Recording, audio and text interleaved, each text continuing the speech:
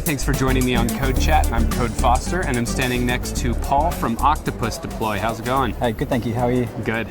We're here at Build 2016. We're picking up some good conversations just wherever I can have a chat with people that are working with exciting technology. We're doing it. So Paul's technology is exciting. Can you tell us about Octopus Deploy? Sure. So we're an Australian-based company. We make a product called Octopus, and it's an automated deployment tool.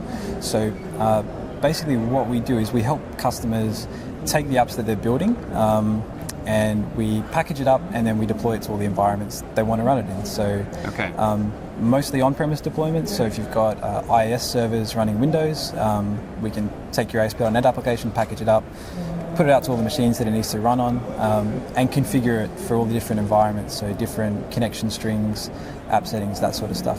Can you talk to me about what Octopus Deploy does that Visual Studio Team Services does not do? Yep, so VSTS, I guess there's three parts in that pipeline. Mm-hmm. There's the source control side, which we don't do.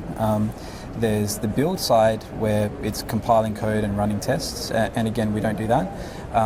And then there's the release management side, which is quite new and very Azure focused. So if you're deploying a cloud service or a website to Azure, you can use that. If you're deploying like virtual machines in Azure that are running IIS, there are no built-in, well, there's a built-in step that will sort of copy files to it, but there's nothing that's going to configure IIS or make any of those configuration changes. So Octopus is much more suited for on-premise deployments, as well as environments where you're kind of on the way to moving towards the cloud, but you have a mix of on-premise things as well. What about if my target for deployment is Windows versus Linux, or both? Can I do both? You can do both. So we have two, I guess, ways that we talk to servers. We have our own little agent called the Tentacle. Okay. And the idea is that the Octopus has many tentacles that it controls. So you install that on your production web servers and test web servers. And so we use that for the Windows side of things. For the Linux side of things, as long as the server has SSH set up, then we can connect through SSH and deploy it too. We're a .NET, it's .NET software built for .NET deployments. So if you're deploying things built with Mono or the new Core CLR stuff, we can deploy that to Linux-based servers. We do have a Mono dependency at the moment, but when Core 1 ships, we can take that away. Shake that, to simplify things quite a bit. So could I use this if I'm working with IoT devices, some of which maybe are Windows 10 IoT Core, and others of which might just be Linux? Yeah, definitely. So either with our Tentacle service, Octopus can connect into that and deploy to it, or if they're Linux-based services, just enable SSH and Octopus can reach in. Again, it's just the Mono dependency or the .NET framework. Okay, so we're not talking about just an initial deployment, but if I rev to version 1.3 of my app over 1.2, I can use this to update to the latest version of my code. That's right. So there's configuration management tools like Puppet and Chef that are very suited for configuration-y things. So when a server is provisioned, making sure that the .NET framework and those sorts of technologies are installed.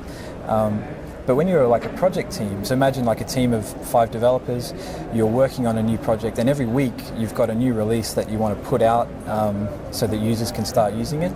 That's the kind of cycle where Octopus fits in really well. And because we're a fairly high-level orchestration tool, we can do things like if you're building an IoT project, it's not just the IoT devices you're deploying to. You're going to have a database somewhere. You're going to have some web services that they're relaying things to. So we can do the database migrations, like upgrade scripts to change schema, that kind of thing. We can deploy those back-end services, and then we can deploy the packages out to the devices too. So am I writing more scripts or config files to tell Octopus what I want to deploy? So there is always the option of writing scripts. You could write PowerShell scripts, and we take care of at least getting them to the remote machines that you're running them on, and getting the output back to a central place where you can see the output. What happened? Yeah, if you're deploying to like 100 IoT devices, you don't want to have to remote to everyone or somehow connect in to find the log files, right? So we pull all of that back. So that's I guess the scripting side of things. You can also write bash scripts if they're Linux-based machines. Or Windows. Or Windows 10 now, that's right. You can also, so we have the scripting option.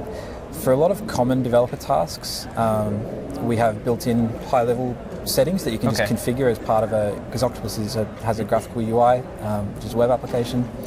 So you can set up steps like configure IIS, set up application pools. If it's a Windows service, like install the service. If it's already there, stop it, update it, start it again. Yeah. Yeah. Very cool. All right, well, how do developers go and find out more about Octopus Deploy and how to start using it? Yeah, so we have a website, octopus.com. Okay. Boy, how did you get that domain? It's pretty expensive. But yeah, octopus.com, there's a video on the homepage.